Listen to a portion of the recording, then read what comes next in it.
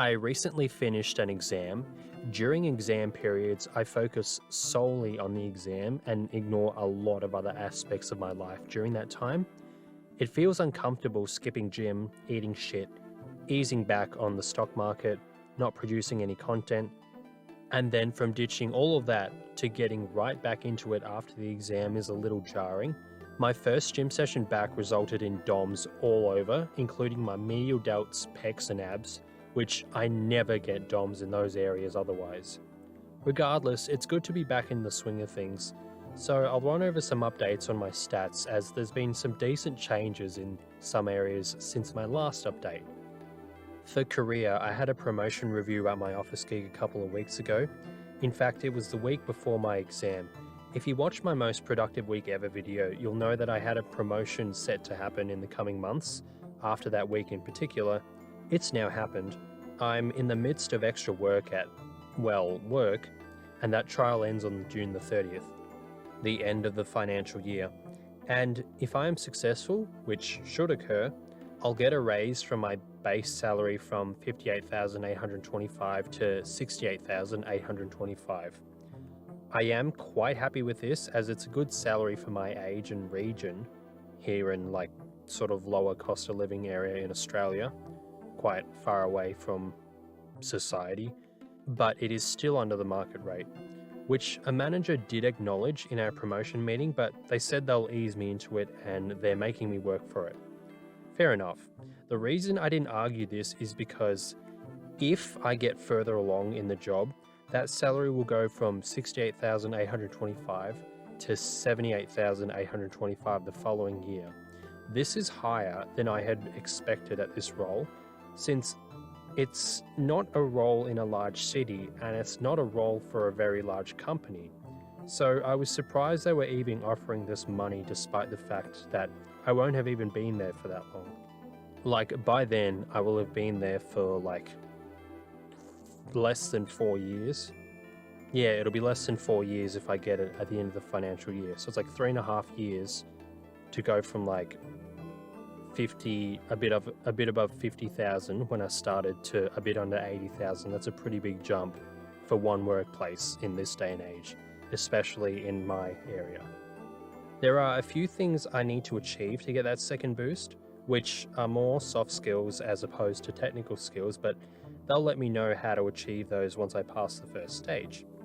So the $68,825 coupled with a raise in the superannuation rate from 10.5% to 11% means my total package from work will be $76,395.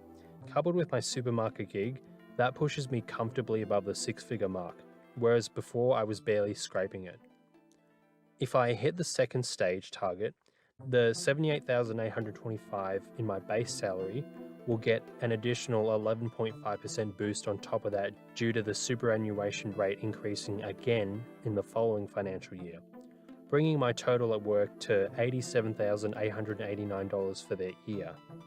This base salary could be higher, as they stated it's subject to change, an upward change if anything, based on market factors. And from what I've seen in the trajectory of the labour market and economy as a whole, I could probably get higher, but I'm not going to count my chickens before they hatch. In terms of status and job title, it seems I'll be the accountant, not the assistant accountant, which is what I am now. In that most productive week ever video, I said my role might be finance manager. It seems they ditched that idea, for now at least. Maybe that's my role after phase 2, but we'll see. I may need to wear more formal office attire going forward too, since currently I just wear polo top and jeans. So that's fine and all, since I like the white collar worker aesthetic.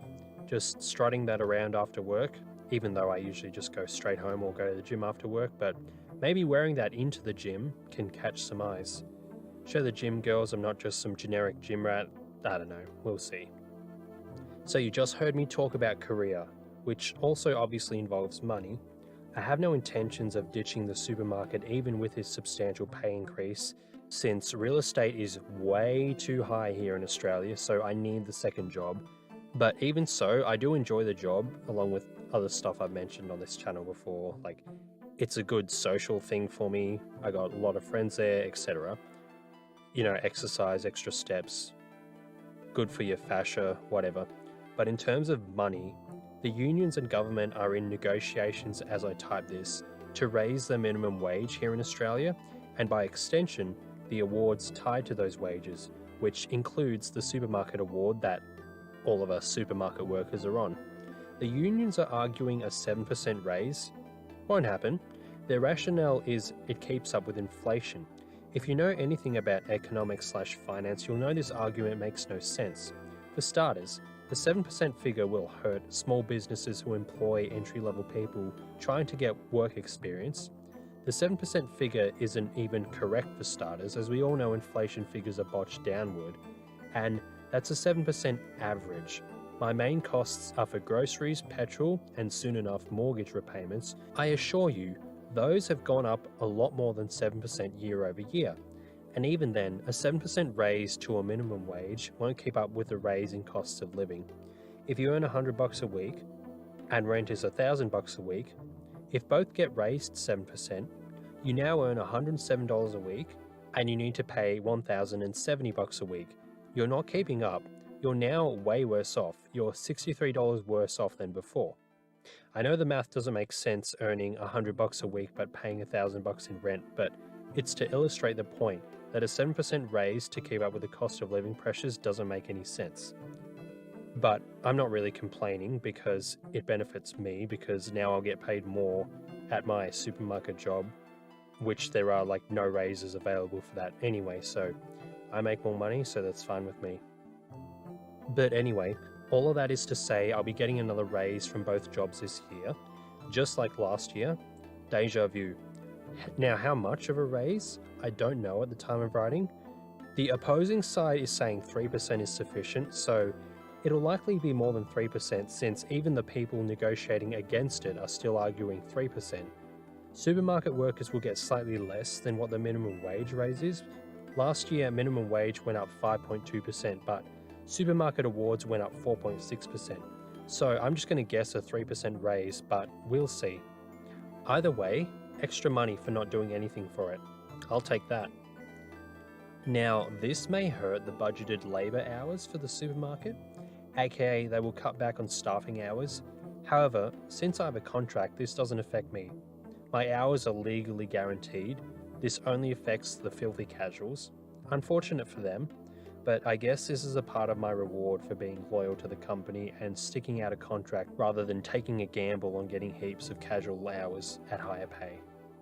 For aesthetics, at the minute my routine isn't changing. I'm slowly easing back into it by cutting the last several sets of each workout and then slowly introducing them back in. But for the diet, I'm back on the mini cut since I went ham on the calories for this exam study, which is how it is meant to go. Need the study fuel. And I'm not continuing the bulk from this weight, almost 4 kilos heavier than I was before the exam crunch time. That's quite literally the entire year's worth of weight gain. Yes, some of it is water, but I still don't like seeing that kind of weight on the scale this soon. For investor, I'm going to really start checking out this options thing now. As I have mentioned before, I'll probably play around with paper trading on Webull before I play with my actual money.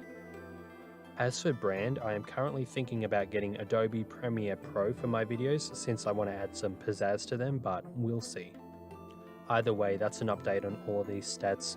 I'll be on cruise control till around June, since that's when I get my exam result, so that'll determine if I start studying for my next unit or start practicing some textbook questions. That's also when my first phase of my promotion will come to a close, and around then I should know what the pay rise at the supermarket will be. I should also be back down to my leanness levels I was at before my exam crunch time, and I should be well and truly back into the content creation side of things, as well as having more stock market knowledge. Thanks for watching. Catch you in the next one.